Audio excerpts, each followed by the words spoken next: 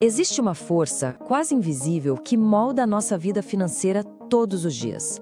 Uma entidade poderosa cujas decisões impactam diretamente o nosso bolso, mesmo que a gente nem perceba. Hoje, nós vamos desvendar que poder é esse. Vamos começar com uma pergunta que parece simples, mas é bem complexa. Quem de verdade controla o poder de compra do dinheiro que está na nossa carteira ou na nossa conta bancária? E os juros, que a gente ouve falar o tempo todo no jornal? Quem é que bate o martelo e decide se eles vão subir ou descer, afetando o crédito no país inteiro? E essa influência não para por aí. Quem mexe nas peças que determinam o custo de um empréstimo, o ritmo da inflação e até mesmo o preço do dólar? São todas variáveis que definem a economia.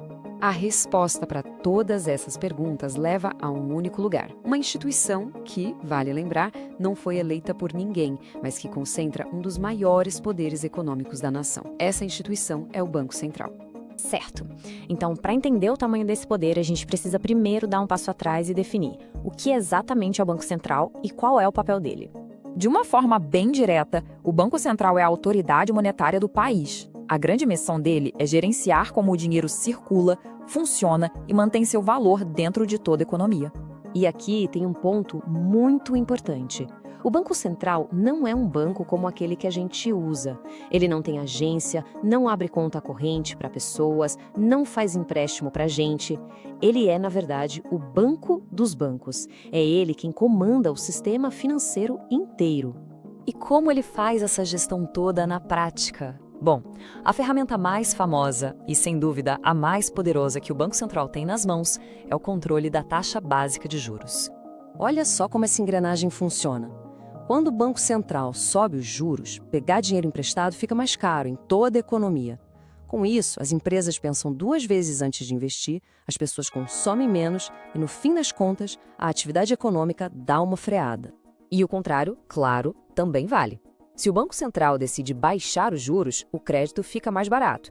Isso serve de estímulo para o consumo e para os investimentos das empresas, ou seja, a economia acelera. É um equilíbrio muito delicado.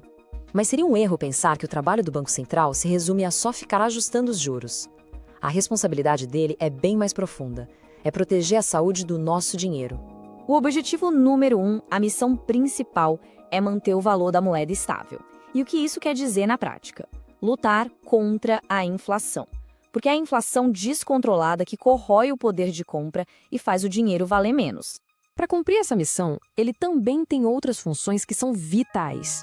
É o Banco Central que controla quanto dinheiro está circulando no país, que cria as regras do jogo para o sistema financeiro e que fiscaliza os bancos para ver se está tudo certo. Tudo isso para garantir a estabilidade do sistema como um todo. Isso tudo nos leva a um dos debates mais sensíveis sobre o assunto.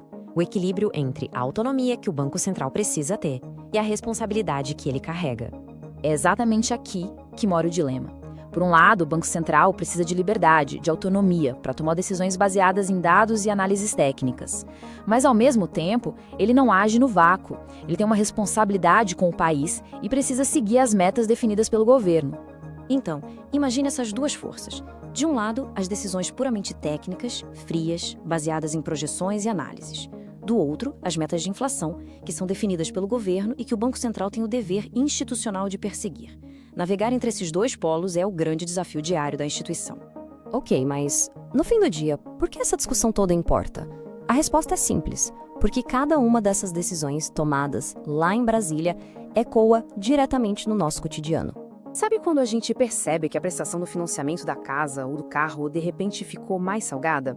Ou quando os juros do cartão de crédito disparam e aquela dívida parece que nunca vai acabar? Ou de uma forma ainda mais clara, quando a gente vai ao supermercado e vê que o dinheiro já não compra as mesmas coisas que comprava antes. Pois é muito provável que na raiz de tudo isso esteja uma decisão tomada pelo Banco Central. A conexão é direta, mesmo que a gente não a veja. E isso nos deixa com uma reflexão final, que é um dos grandes debates econômicos do nosso tempo.